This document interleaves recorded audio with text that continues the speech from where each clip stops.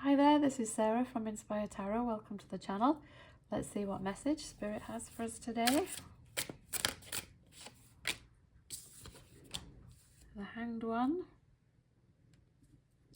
and the Lovers. So yeah, the Hanged Man is very much about pausing and shifting our perspective when we need to surrender and reassess and shift to a healthier perspective. And there's nothing like a romantic relationship to kind of perpetually put us in a situation where we need to be in the Hanged Man. Particularly if it's a growth-oriented relationship, we're going to be given lots and lots of opportunities to level up all the time.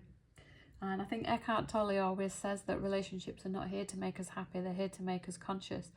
So we do need to be quite tough and resilient from our human standpoint and really see relationships in this way and accept that they are this way and that they're leading us closer to a purer kind of love, which is what we truly want. And even though we feel as though we don't want to, it kind of reminds me when we go on a diet, you know, we want to be thin but we don't want to do the dieting. But with relationships we do have to go through the darkness and face our shadow and face the difficulties and face the discomfort.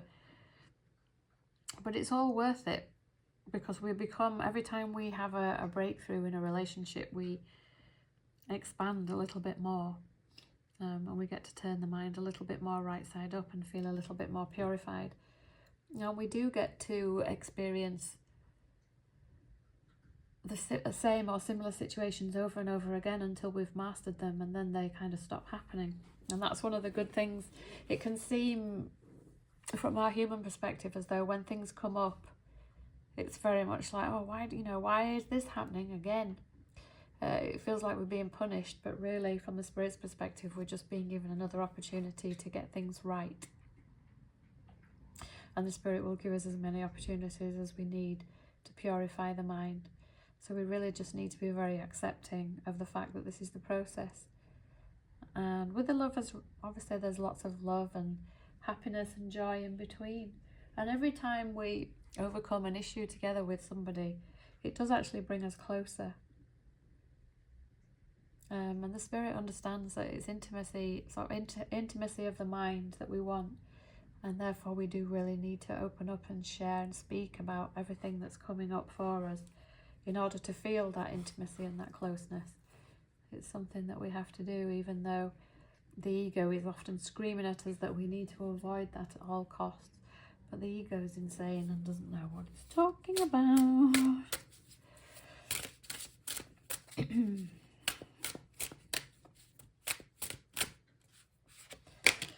Let's take these.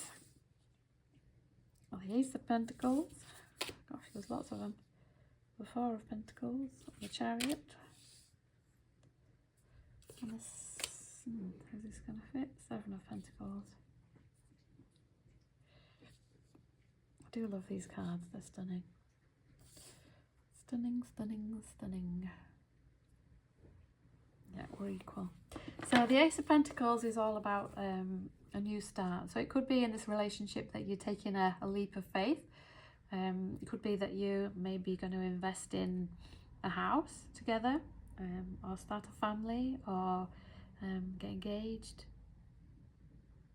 Anything like that. It can be anything material, any kind of... It could even be that you're going to join together, but maybe in going to see a counsellor or something like that. It's something practical that you're going to do together. So yeah, this is a wonderful opportunity. And the Four of Pentacles is all about scarcity mindset. So yeah, if you were going towards maybe counselling or something like that, then all of the stuff would come up in relationship. And it's all for us to look at, because it helps us move forward with our relationship when we look at the things that are actually holding us back. And the Seven of Pentacles is a card about being very diligent and patient and trusting that things are changing behind the scenes, that we have no access, we can't tell.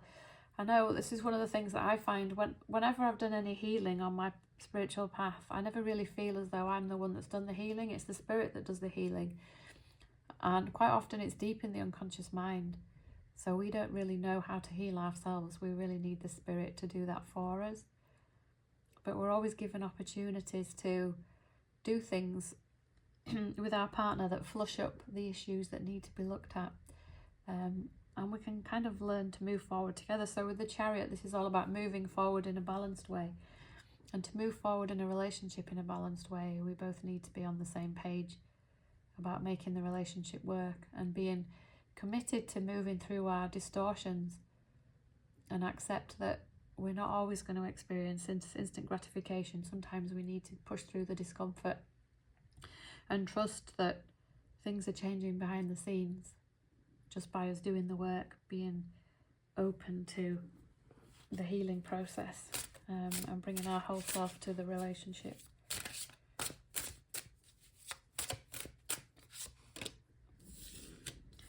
The Ten of Wands.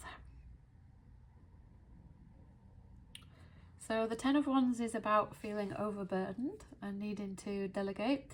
This quite often happens in relationships where they become lopsided, and one person can feel as though they're kind of emotionally carrying the relationship, and then the relationship is going to give them opportunities to speak up about where they feel disgruntled. But I think quite often something that happens in relationships is one person takes more than the other, one person gives more than the other.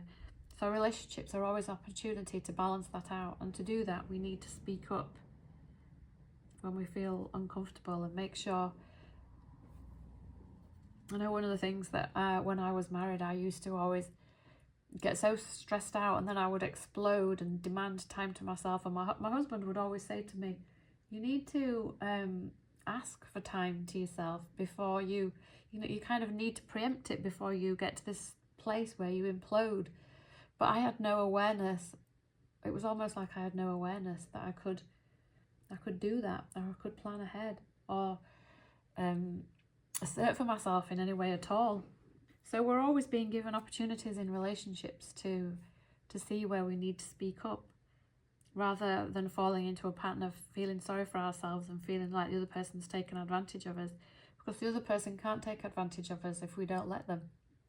And it's our job to make sure that we know and they know where we stand.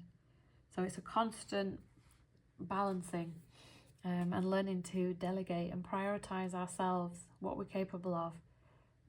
And actually in a relationship where both people give and take equally, it feels better, because we want to give. One person doesn't want to do all of the heavy lifting and the other person all of the taking. It feels good to give, so we want to show the other person what we want and need, and give them the opportunity to do the same.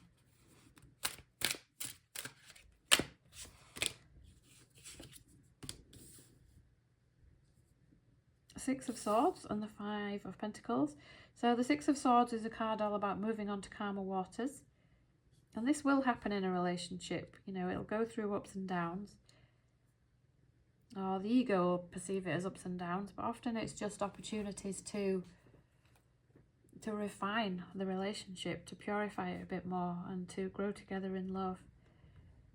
So every time something difficult comes up, we can kind of go through it and then move on to calmer waters. And it's because consciousness goes backwards and we release our baggage and grow, we can leave behind the victim story and our powerlessness.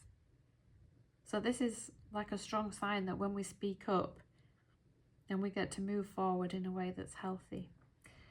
The Five of Pentacles, though, is a card about feeling abandoned, picks up on the lack and separation, and this is going to come up over and over whenever we feel separate from our source or we don't speak our truth. So again, even though the Five of Pentacles feels like a negative card, it's just an opportunity to keep leveling up and kind of understand that these lack, separation and abandonment beliefs, where we're out in the cold and we feel isolated and alone, are really just concepts in the mind that are there to be looked at. And us looking at them is part of leveling up and moving on to calmer waters, because underneath all the darkness is the light and the love. So yeah, we need to face everything in our relationships.